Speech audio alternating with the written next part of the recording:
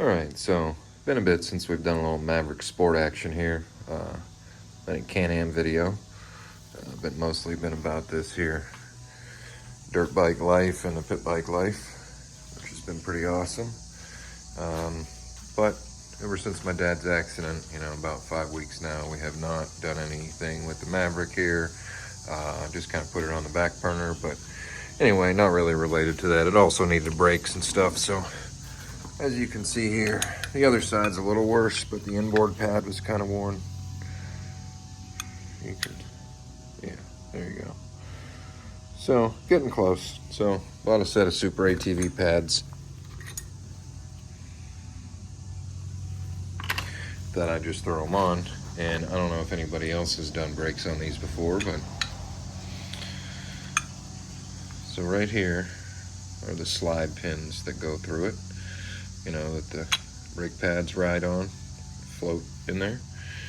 And every time, I don't understand why, but they're set inside and it is a T30 star bit. And from the factory, they Loctite them in there and they just get seized up. It's ridiculous. So the first one I decided to take out, I stripped inside. I tried to heat it with the Burn-Some-Matic there, and to no success did I get it out. So what do you normally do? I don't know about anybody else, but I called Dad and we took the caliper off, and he had to drill the pin out actually, and then heat it up, and he was able to extract the pin out because it had just been stripped too bad. So off to the dealer, Johnny K's, which I hate going to. Anybody should avoid Johnny K's in Ohio. They're a ridiculous place, terrible service, idiots working there, the whole across the board. But anyway, so 12 bucks a piece, bought these pins. And to further the dealer thing, so I go up there, I buy a hoodie for my son, we buy a can of chain lube, and we buy 2 sets of front brake pins. And it was $150. And I was like, well, how much was a hoodie, She's like, 75 bucks. And I'm like, whatever, I just pay it, figure the pins were dealer price. And then I go to look at my receipt, and they billed me for 2 air filters at 50 bucks a piece. Not 2 sets of brake pins for $12 a piece. So I'm like, hey, what's the deal here? And she's like, oh, it's a good thing you looked at that, we'll have to credit you. So they credit me back 75 bucks. Anyway, you should avoid dealers altogether. It's a fucking scam. It's a joke. It's a shame because such, amazing looking places, and Can-Am makes an awesome product, but I don't understand what it is, but most places are not that great to work with. So anyway, gonna go ahead and put the new caliper slide pins in, new set of SuperATV brake pads. Like I said, this side I already got the caliper off, got the brake hose tied up, so we are gonna go ahead and have to bleed the brakes in addition, so we'll get started.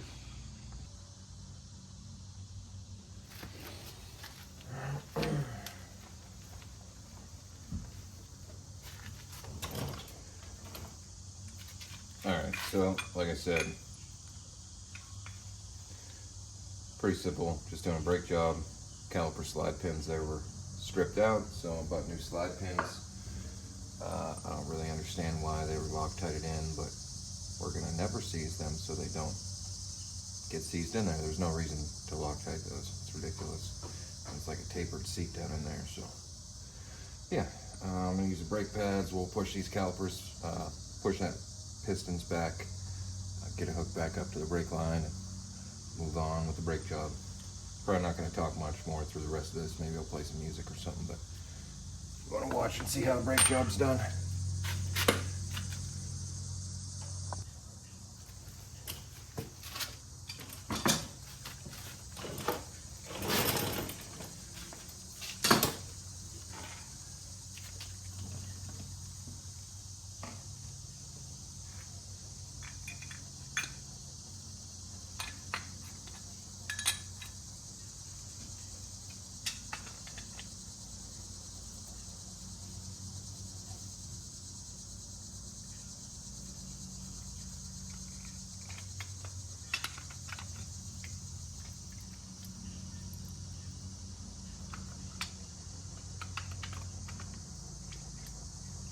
Push is pretty easy with no brake line hooked up to it.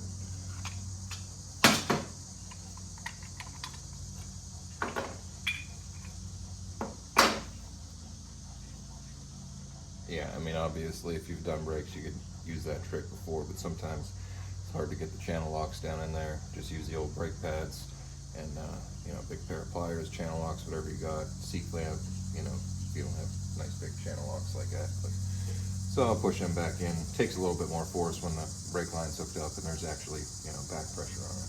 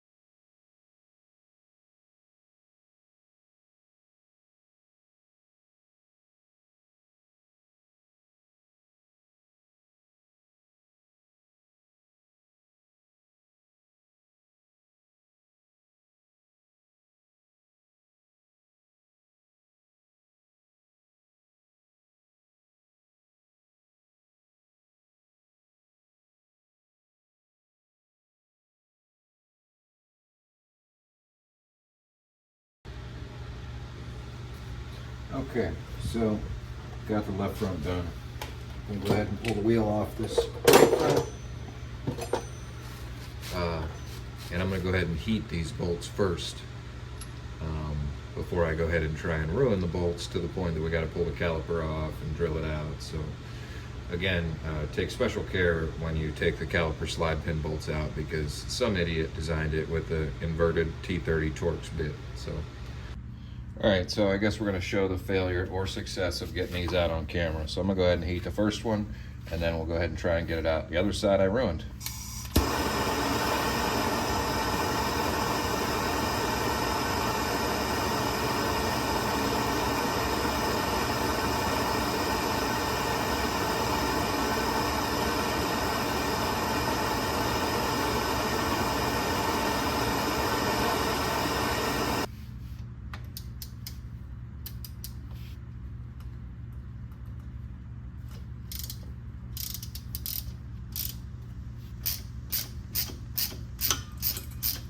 One successful.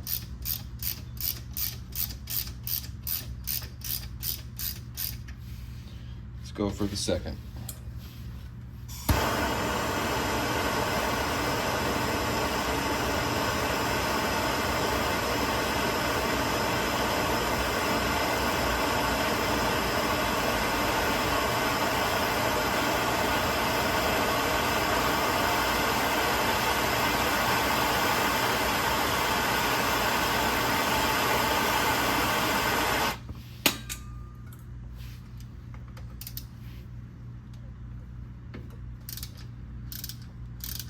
Okay, we got them both.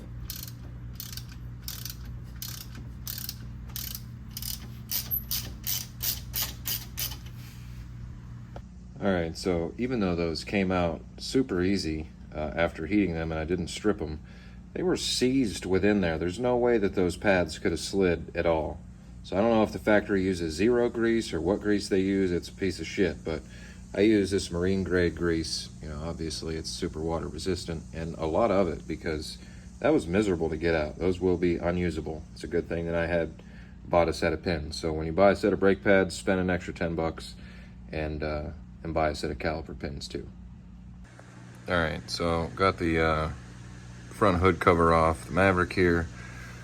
Apparently there's 2 different master cylinders for the brakes, and if you are going to take the cap off, don't try and twist it, because you have to take those 2 Phillips screws out, they slide all the way up, and then you can take it out. So I dug the mud out with a pick.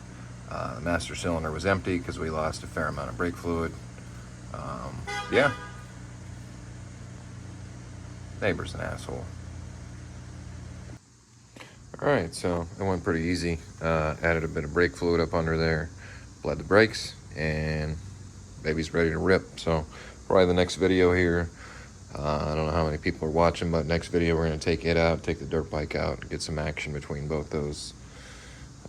We haven't both went out and seen Derek run on the dirt bike, so it should be a pretty good time. Yeah, so I'm going to end the video here.